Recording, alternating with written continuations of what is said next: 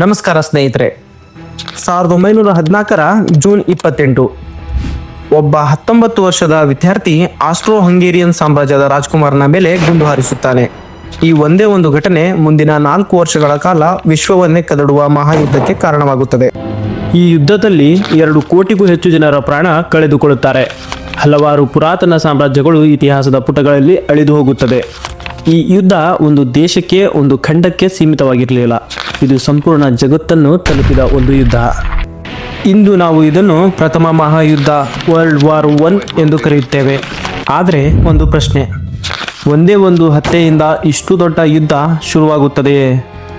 ನಾವು ಟೈಮ್ ಮಷೀನಲ್ಲಿ ಹಿಂದಕ್ಕೆ ಹೋಗಿ ಆ ಹತ್ಯೆಯನ್ನು ತಡೆದಿದ್ದರೆ ವಿಶ್ವಯುದ್ಧವೇ ಆಗುತ್ತಿರಲಿಲ್ಲವಾ? ಅಷ್ಟು ಸುಲಭ ಅಲ್ಲ. ದೊಡ್ಡ ಯುದ್ಧಗಳು ಒಂದೇ ಕಾರಣದಿಂದ ಆಗುವುದಿಲ್ಲ. ಅವು ಹಲವಾರು ಕಾರಣಗಳ ಸರಪಣಿಯಿಂದ ಹುಟ್ಟುತ್ತವೆ. ಅದರೊಳಗೆ ಒಂದು ಸಣ್ಣ ಘಟನೆ ಕೊನೆಯ ಸ್ಪಾರ್ಕ್ ಆಗಿ ಕೆಲಸ ಮಾಡುತ್ತದೆ. ಒಂದು ದೊಡ್ಡ ಡೈನಮೈಟ್ ಪರ್ವತ ಇದೆ ಅಂದುಕೊಳ್ಳಿ. ಅದರ ಮೇಲೆ ಒಂದು ಸಣ್ಣ ಮ್ಯಾಸ್ಟಿಕ್ ಹಾಕಿದರೆ ಸ್ಫೋಟಕ್ಕೆ ಕಾರಣ ಮ್ಯಾಸ್ಟಿಕ್ ಅಲ್ಲ, ಪರ್ವತ ತುಂಬ ದಿನಗಳಿಂದ ಸ್ಫೋಟಕ್ಕೆ ಸಿದ್ಧವಾಗಿತ್ತು. ಅದೇ ರೀತಿ 1910 ಕೇವಲ ಟ್ರಿಗರ್ ಮಾತ್ರ. ಬನ್ನಿ ಈ ವಿಡಿಯೋದಲ್ಲಿ ಪ್ರಥಮ ಮಹಾಯುದ್ಧ ಸಂಪೂರ್ಣ ಕಥೆಯನ್ನು ಅರ್ಥ ಮಾಡಿಕೊಳ್ಳೋಣ. ನಾನು ಕೃಷ್ಣ, ನೀವು ನೋಡ್ತಿದ್ದೀರಾ ಡಾಕ್ವೆಲ್. 1914 ಯುರೋಪ್ ನಕ್ಷೆ ನೋಡಿದರೆ ಇಂದಿನ ಯುರೋಪ್ಗಿಂತ ತುಂಬ ಭಿನ್ನವಾಗಿತ್ತು. ಮಧ್ಯದಲ್ಲಿ ಆಸ್ಟ್ರೋ ಹಂಗೇರಿಯನ್ ಸಾಮ್ರಾಜ್ಯ ಇಂದಿನ ಆಸ್ಟ್ರಿಯಾ ಮತ್ತು ಹಂಗೇರಿಗಿಂತ ಬಹಳ ದೊಡ್ಡದು. ಜರ್ಮನ್ ಸಾಮ್ರಾಜ್ಯವು ಇಂದಿನ ಜರ್ಮನಿಗಿಂತ ದೊಡ್ಡದು. ಪೋಲೆಂಡ್ ಎಂಬ ದೇಶವೇ ಇರಲಿಲ್ಲ. ರಷ್ಯಾದಲ್ಲಿ ರಷ್ಯನ್ ಸಾಮ್ರಾಜ್ಯ ಇತ್ತು. ಇಂದಿನ ಟರ್ಕಿ ಪ್ರದೇಶದಲ್ಲಿ ಒಟೋಮನ್ ಸಾಮ್ರಾಜ್ಯ ಇತ್ತು. ಮತ್ತು ಯುನೈಟೆಡ್ ಕಿಂಗ್ಡಮ್ ಮತ್ತು ಫ್ರಾನ್ಸ್. ಒಂದು ಆಸಕ್ತಿಕರ ಸಂಗತಿ ಏನೆಂದರೆ, ಆ ಕಾಲದಲ್ಲಿ ಯುರೋಪಿನ ಬಹುತೇಕ ದೇಶಗಳು ರಾಜಶಾಹಿಗಳ ಆಡಳಿತದಲ್ಲಿದ್ದವು. ಜನತಂತ್ರ ಇದ್ದದ್ದು ಕೇವಲ 3 ದೇಶಗಳಲ್ಲಿ ಮಾತ್ರ: ಫ್ರಾನ್ಸ್, ಸ್ವಿಟ್ಜರ್ಲ್ಯಾಂಡ್ ಮತ್ತು ಸಾನ್ ಮರಿನೋ. ಈ ಕಥೆಯಲ್ಲಿ ತುಂಬ ಪ್ರಮುಖ ಪಾತ್ರ ವಹಿಸುವ ಪ್ರದೇಶ ಇದೆ. ಅದು ಬಾಲ್ಕನ್ ಪ್ರದೇಶ. ಸರ್ಬಿಯಾ, ಬೋಸ್ನಿಯಾ, ರೊಮೇನಿಯಾ ಮತ್ತು ಬಲ್ಗೇರಿಯಾ ಇವುಗಳನ್ನು ಒಟ್ಟಾಗಿ ಬಾಲ್ಕನ್ ಪ್ರದೇಶ ಎಂದು ಕರೆಯಲಾಗುತ್ತದೆ. ನಮ್ಮ ಕಥೆ ಶುರುವಾಗೋದು 1878ರಲ್ಲಿ. ಆ ಸಮಯದಲ್ಲಿ ರಷ್ಯಾ ಸಾಮ್ರಾಜ್ಯ ಮತ್ತು ಒಟೋಮನ್ ಸಾಮ್ರಾಜ್ಯ ನಡುವೆ ಯುದ್ಧ ನಡೆಯುತ್ತಿತ್ತು. ರಷ್ಯಾ ಬಾಲ್ಕನ್ ದೇಶಗಳನ್ನು ಒಟೋಮನ್ ಆಳ್ವಿಕೆಯಿಂದ ಮುಕ್ತಗೊಳಿಸಲು ಪ್ರಯತ್ನಿಸುತ್ತಿತ್ತು. ಯುದ್ಧದ ನಂತರ 1878ರಲ್ಲಿ ಬರ್ಲಿನ್ ಒಪ್ಪಂದಕ್ಕೆ ಸಹಿ ಹಾಕಲಾಯಿತು. ಈ ಒಪ್ಪಂದದ ಪ್ರಕಾರ ಬೋಸ್ನಿಯಾ ಹರ್ಜಗೋವಿನಾ ಪ್ರದೇಶವನ್ನು ಆಸ್ಟ್ರೋ ಹಂಗೇರಿಯನ್ ಸಾಮ್ರಾಜ್ಯ ತಾತ್ಕಾಲಿಕವಾಗಿ ಆಡಳಿತ ಮಾಡಬಹುದು ಅಂತ ನಿರ್ಧರಿಸಲಾಯಿತು. ಆದರೆ 1908ರಲ್ಲಿ ಆಸ್ಟ್ರೋ ಹಂಗೇರಿಯನ್ ಸಾಮ್ರಾಜ್ಯ ಒಂದು ಹೆಜ್ಜೆ ಮುಂದೆ ಹೋಯಿತು. ಬೋಸ್ನಿಯಾ ಹರ್ಜಗೋವಿನಾವನ್ನು ಸಂಪೂರ್ಣವಾಗಿ ತನ್ನ ಸಾಮ್ರಾಜ್ಯಕ್ಕೆ ಸೇರಿಸಿಕೊಂಡಿತು. ಈ ಪ್ರದೇಶ 400 ವರ್ಷಗಳ ಕಾಲ ಒಟೋಮನ್ ಸಾಮ್ರಾಜ್ಯದ ಅಡಿಯಲ್ಲಿ ಇತ್ತು. ಆದರೆ ಸ್ವಾತಂತ್ರ್ಯ ಸಿಗಬೇಕಾದ ಬದಲು ಮತ್ತೊಂದು ಸಾಮ್ರಾಜ್ಯದ ಹಿಡಿತಕ್ಕೆ ಹೋಯಿತು. ಇದರಿಂದ ಬೋಸ್ನಿಯಾ ಜನರಲ್ಲಿ ಭಾರೀ ಅಸಮಾಧಾನ ಹುಟ್ಟಿತು. ಅವರಿಗೆ ಸ್ವಾತಂತ್ರ್ಯ ಬೇಕಿತ್ತು. ಪಕ್ಕದ ದೇಶ ಸರ್ಬಿಯಾ ಕೂಡ ಕೋಪಗೊಂಡಿತು, ಏಕೆಂದರೆ ಬೋಸ್ನಿಯಾ ಮತ್ತು ಸರ್ಬಿಯಾದ ಜನರು ಒಂದೇ ಸ್ಲಾವಿಕ್ ಜನಾಂಗಕ್ಕೆ ಸೇರಿದವರು.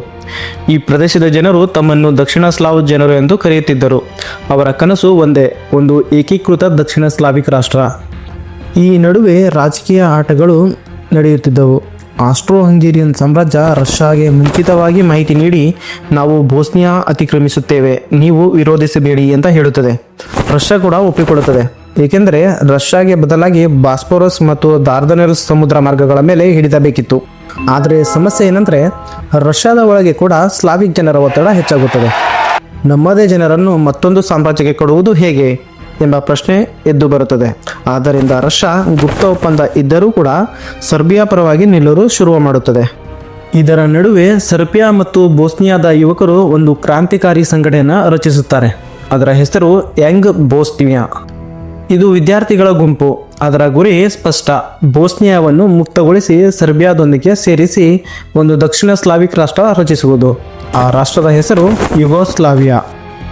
1914 ಜೂನ್ 28 ಆಸ್ಟ್ರೋ ಹಂಗೇರಿಯನ್ ಸಾಮ್ರಾಜ್ಯದ ಉತ್ತರಾಧಿಕಾರಿ ಆರ್ಚ್ಡ್ಯೂಕ್ ಫ್ರಾಂಕ್ ಫರ್ಡಿನಾಂಡ್ ಮತ್ತು ಅವನ ಪತ್ನಿ ಸೋಫಿ ಬೋಸ್ನಿಯಾದ ಸಾರ್ಜಾವೋ ನಗರಕ್ಕೆ ಭೇಟಿ ನೀಡುತ್ತಾರೆ.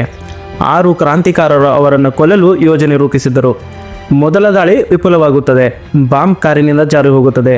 ಆದರೆ ವಿಧಿ ಬೇರೆದನ್ನೇ ತೀರ್ಮಾನಿಸಿತ್ತು. ಕಾರ್ ತಪ್ಪು ದಾರಿಯಲ್ಲಿ ಹೋಗಿ ನಿಲ್ಲುತ್ತದೆ. ಅಲ್ಲಿ ನಿಂತಿದ್ದವನು 19 ವರ್ಷದ ವಿದ್ಯಾರ್ಥಿ ಗಾವ್ರಿಲೋ ಪ್ರಿನ್ಸಿಪ್. ಅವನು ಗುಂಡು ಹಾರಿಸುತ್ತಾನೆ. ಫರ್ಡಿನಾಂಡ್ ಮತ್ತು ಅವನ ಪತ್ನಿ ಸ್ಥಳದಲ್ಲೇ ಸಾವನ್ನಪ್ಪುತ್ತಾರೆ. ಈ ಹತ್ಯೆಯ ನಂತರ ಆಸ್ಟ್ರೋ ಹಂಗೇರಿಯನ್ ಸಾಮ್ರಾಜ್ಯ ಸರ್ಬಿಯಾದ ಮೇಲೆ ಯುದ್ಧ ಘೋಷಿಸುತ್ತದೆ. ರಷ್ಯಾ ಸರ್ಬಿಯಾದ ಬೆಂಬಲಕ್ಕೆ ಬರುತ್ತದೆ. ಜರ್ಮನಿ ಆಸ್ಟ್ರೋ ಹಂಗೇರಿಯನ್ ಬೆಂಬಲಕ್ಕೆ ಬರುತ್ತದೆ. ಫ್ರಾನ್ಸ್ ರಷ್ಯಾ ಜೊತೆ ನಿಲ್ಲುತ್ತದೆ. ಬ್ರಿಟನ್ ಫ್ರಾನ್ಸ್ ಜೊತೆ ಸೇರುತ್ತದೆ. ಹೀಗೆ ಒಂದು ಹತ್ಯೆಯಿಂದ ಒಂದು ಸರಪಳಿ ಯುದ್ಧ ಶುರುವಾಗುತ್ತದೆ. ಇದೇ ಪ್ರಥಮ ಮಹಾಯುದ್ಧ.